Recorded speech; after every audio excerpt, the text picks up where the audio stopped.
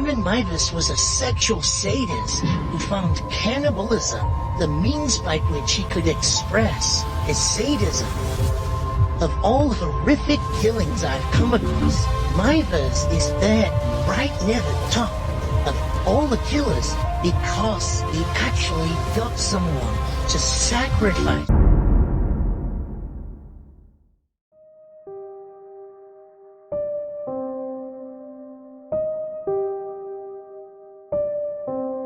Have you ever wondered what kind of secrets hide in the darkest corners of the internet? Where the twisted, the unimaginable, and the forbidden live. Tonight, we're taking a journey into one of the most horrifying real-life cases to ever surface from the deep web. A case that will chill you to the bone. This story isn't a myth. It's not fiction. It's real. And it happened in a quiet town in Germany. To a man named Armin Mivas, a man who used an online forum to fulfill his darkest, most twisted desire. Imagine you're alone, scrolling through dark, anonymous forums where people hide behind usernames and indulge in fantasies most of us can't even speak out loud. That's where Armin, under the username Frankie, posted something that would change his life, and someone else's, forever. Armin had always been different. His father left him when he was just a boy, and his mother, overbearing and strict, had kept him under her thumb for years. Even as an adult, after she had passed away, Armin could still feel her presence in the house, lingering in the corners like a ghost. He was alone now, completely alone. But that wasn't the worst part. The loneliness gnawed at him, ate away at him, night after night, until it turned into something darker. Inside him, there was a hunger, not for food, not for love, but for something far more terrifying. Armin wanted to consume another human being. For years, this desire stayed buried deep in his mind. He would wake up from nightmares where he had acted on his urges, covered in cold sweat, his heart pounding in his chest. He would stand in front of the mirror, staring at his own reflection, wondering what was wrong with him. Was he a monster? But then, everything changed. It was the early 2000s, and the internet had opened up a whole new world to people like Armin. Behind the anonymity of a screen, he could be anyone. He could share his darkest fantasies without anyone knowing who he really was. It was on one of these dark corners of the internet that he found the Cannibal Cafe. The Cannibal Cafe wasn't just any online forum. It was a place where people shared the darkest of fantasies. Stories of cannibalism, desires of flesh and blood. People posted under fake names, hiding behind screens, where no one could see the madness in their eyes. And it was here, under the username Frankie, that Armin made his first post.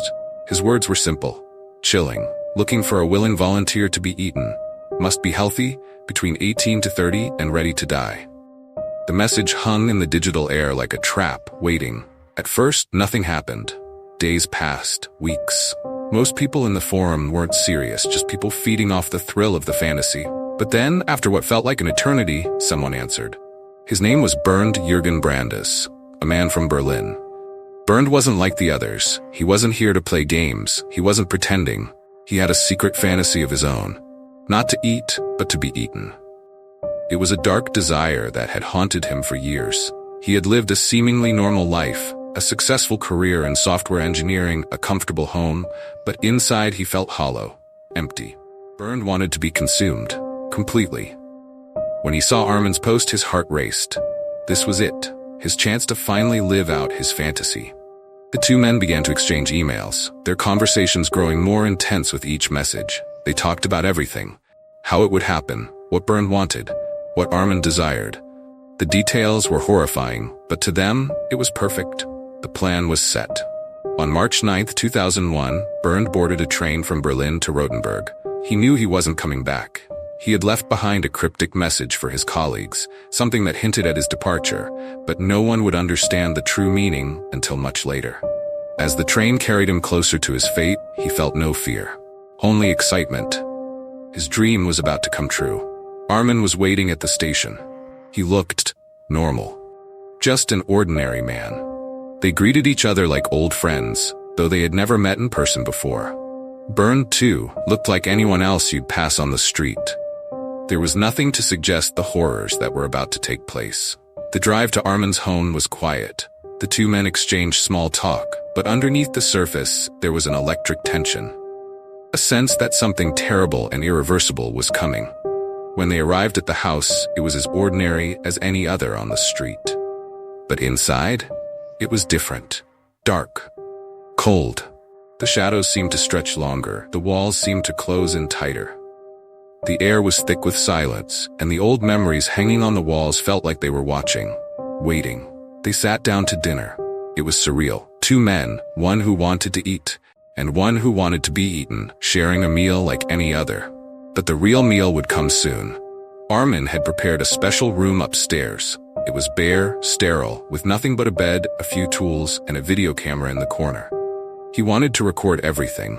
This was a once-in-a-lifetime moment, after all. Bernd undressed and lay down on the bed. He looked almost peaceful, as though he was about to take a nap. But Armin was nervous. This was the moment he had been waiting for, but now that it was here, his hands shook. He stood over Bernd, staring down at him, the knife glinting in his hand. He knew what he had to do, but still, he hesitated. Then Bernd made a request, a strange, disturbing request. He wanted to eat part of himself. Armin was startled, but he agreed. Slowly, carefully, he made the first cut. Blood welled up from the wound, and Bernd grimaced. But there was no going back now. Armin took the severed flesh, cooked it, and brought it back. The two men shared the most grotesque meal imaginable, but things quickly spiraled out of control. He begged Armin to finish it. Armin's hands trembled. He hadn't expected this. The fantasy had never felt this real. But now there was no choice. He had to do what they had agreed to. Taking the knife, he plunged it into Bernd's throat, ending his life in a matter of moments. The silence that followed was deafening. Armin stood there, drenched in sweat and blood, his heart pounding in his chest. He had done it.